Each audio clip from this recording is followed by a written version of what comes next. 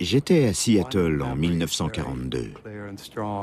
Il y a un jour dont je me souviens très bien. C'est samedi et je prends le bus pour aller au centre-ville. En passant devant la place, en face de l'hôtel de ville, je vois une file de gens attendant patiemment à un arrêt de bus. En approchant, je vois qu'ils sont tous japonais et qu'ils embarquent dans les bus. Et je comprends que ce sont les citoyens américains d'origine japonaise, de Seattle et des environs, qu'on envoie dans ce qui s'avérera être un camp de concentration.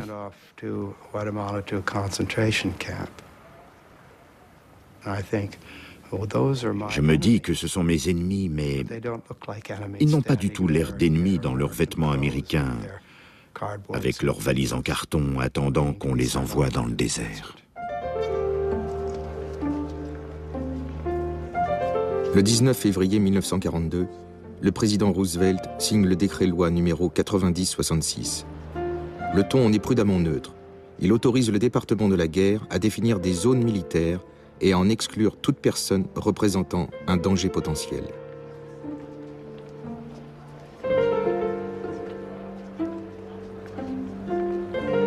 Mais sa cible est bien précise.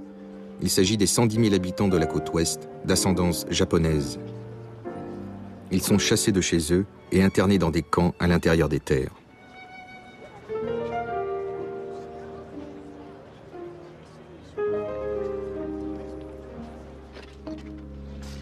Des milliers de ressortissants allemands et italiens sont également enfermés.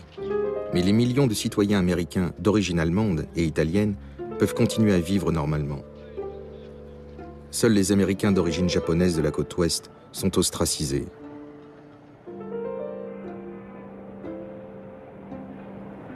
Un Jap est un Jap, dit le général John DeWitt, du centre de défense de la côte ouest.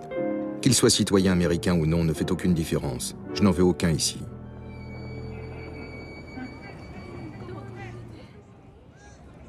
Presque personne ne s'oppose au projet gouvernemental qui déclare aussi les Américains d'origine japonaise inaptes au service militaire. Un A signifie physiquement apte. 4F, il y a un problème. Mais 4C veut dire ennemi étranger. Et me voilà, à 17 ans, moi qui me considérais comme un bon Américain, devenu un ennemi.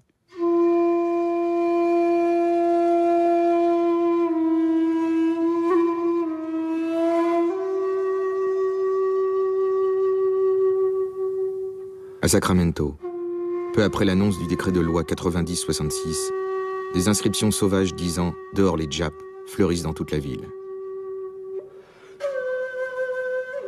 L'injonction officielle de partir arrive en mai. Susumu Sato et sa famille ont du mal à y croire. On ne leur accorde qu'une semaine de délai. On était au milieu des moissons, mais il fallait quand même tout abandonner et partir. Alors bien sûr, on s'est arrangé avec des amis. Venez ramasser les fraises, elles sont prêtes à être vendues. J'imagine qu'ils l'ont fait. On a mis l'essentiel dans une valise.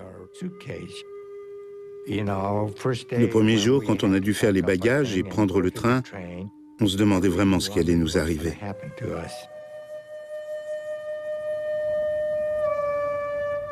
Ce printemps-là, Asako Tokuno est en première année à l'université de Berkeley.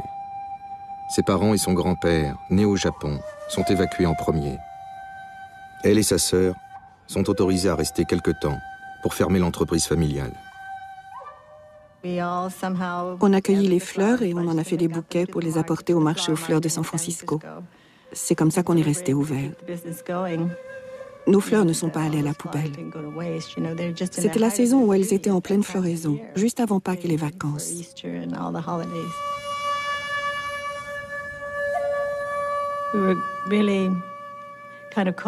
On a été pris entre deux feux quand la guerre a éclaté. Bien qu'il n'y ait eu aucun doute sur notre loyauté envers notre pays, c'était notre patrie. Et quand il a fallu évacuer, c'est comme si nous n'avions plus de pays. Nous n'étions pas japonais et on nous avait dépouillés de nos droits. Nous ne pouvions pas protester et nous ne l'aurions pas fait parce qu'il fallait obéir au gouvernement. Nos parents se sont dit, à tort, qu'ils n'étaient pas des citoyens à part entière. Et ils ont tout accepté. Mais pour nous, c'était beaucoup plus dur de ne pas avoir de droits.